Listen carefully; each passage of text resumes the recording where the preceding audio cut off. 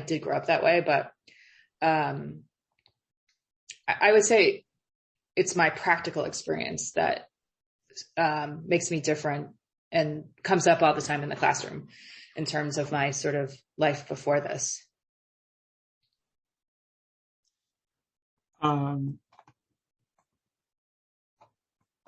For some people, their research or their teaching, their sort of academic work reflects their personal values or views or other features of their sort of inner life or self. Do you think that's true for you? I try hard to be neutral in the classroom, although I guess that's been changing for me a little bit in recent years. But I had always made it my goal for students not to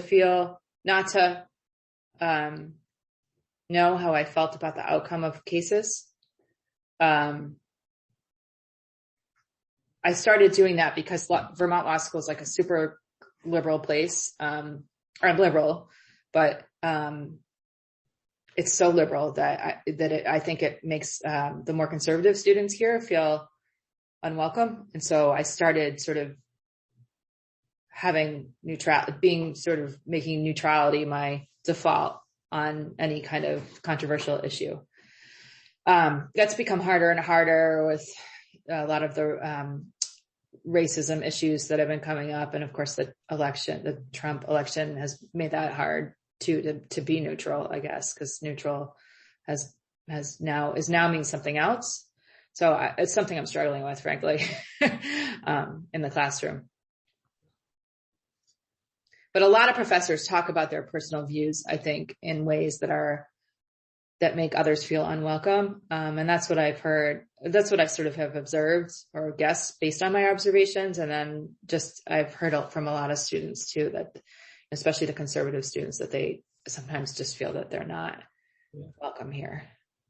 Do you think that there are aspects of yourself or your values that don't necessarily inform what you say, but sort of how you approach teaching, how you sort of interact with and care for the students? And I ask because it sounded like, based on some of the answers from earlier, it sounds like you have particular care for your students. I'm wondering what motivates that. I mean, I feel like I'm very compassionate towards my students. And so it's the thing, I'm sort of this hard ass out in front of them, but not when they come to see me in the office, or not when they come to see me because they need help.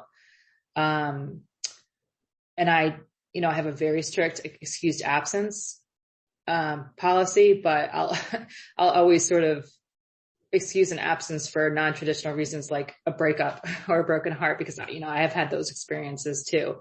So in that way, I think I guess that's my own personal experience influencing how I deal with them. I'm always very sensitive to the students that have kids. I don't have kids, but I know that that's impossible. So I'm always really try to help them out when I can. I try to help out the students that are broke, that I know are broke. So I think the students, and that those are the types of things that even if I don't do it with that student, the other students hear about. And so I think I'm known as someone to come to when there's a major, when there's a problem like that. Like, go see McCormick, she'll help you with an excused absence because, whatever happened. And why do you think you're like that? I guess because I struggle with a lot of those issues, not the kid one, but in school I never had any money, and I can remember not being able to afford even books. So I guess I sort of remember that. I went through a very painful divorce when I was teaching, so that's a very public thing. That's hard. I mean, it wasn't a public divorce by any means, but it was a painful time for me in a public position. Right. So I am always very sensitive when students or anyone's going through that. So I wanted to ask you about your teaching methods. you sort of alluded a little bit to cold calling, but could you sort of describe your primary pedagogical approach, in particularly for the 1L, so in your civil procedure classes? Yeah, and actually I majorly switched it over the pandemic, and I've kept some of those things in. So I'll tell you what it is like now, and you can tell me if you want to hear more about what it was like before. Before it was just sort of more typical, I think. But I had these huge classes. I think last year, I had 90 students on teams, and it was awful, right? I couldn't see most of them. I felt like no one was paying attention at all, or, there was the technology issues and all of it. I mean, nothing unique to me, but, so I started, doing these. Do you know what Panopto is? Yes. I mean, I've watched, for some of my other participants, they've been giving me access to some of the videos that you through that platform. Yes. Okay. Yeah, I do. So now I do Panopto videos every other week. Okay. So I do a lecture on Panopto every other week, and the students watch it out of the classroom. And then, okay. And so then I have half of them come on Tuesday and half of them come on Thursday, and I deliver the same content on Tuesday and Thursday, and it's all hypotheticals. Okay. So I no longer lecture. Well, I still lecture sort of like every other week, but that's a cold calling situation. That's a more traditional 90-person classroom. So I broke up my classroom into 2 smaller groups. Wow. And I have them come, so every other week. They only come once a week, but they have to watch this video outside of class.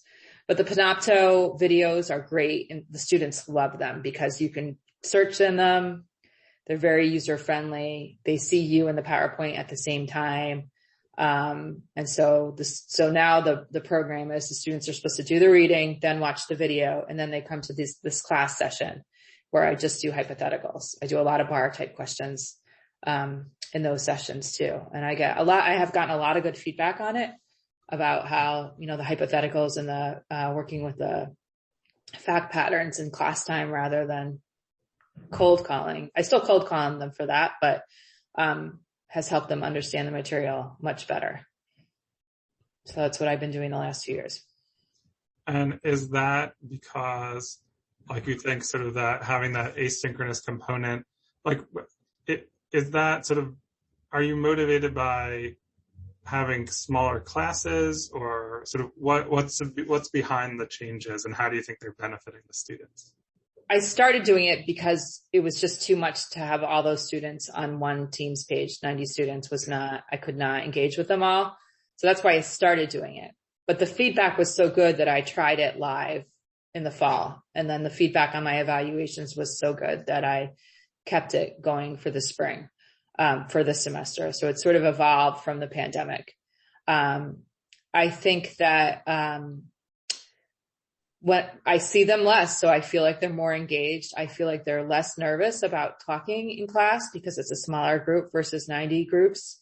And I do the videos in chunks rather than like a big long video, so that they can very easily go back and review the topic. So all the videos are short, so it's not like too painful for them to watch. But they're in chunks based on the different material. And I sort of learned that because I was a little bit familiar with Access Lex's bar preparation class that they were preparing, and that they were sort of using that method of the short videos on subject matter. So I wanted to talk about your students, who they are and how you typically get to know them. One entry point that we could use is professors sometimes talk about their students as being similar to them in some ways and different from them in others.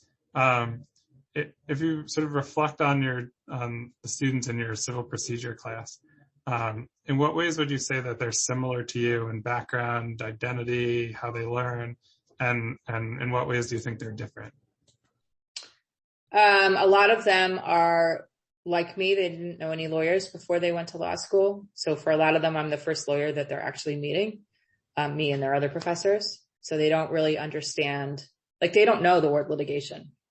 They don't understand what that word is, and they really only understand the law based on what they've seen on TV. They've never talked with someone who is a lawyer before. So I was like that in law school too. I feel like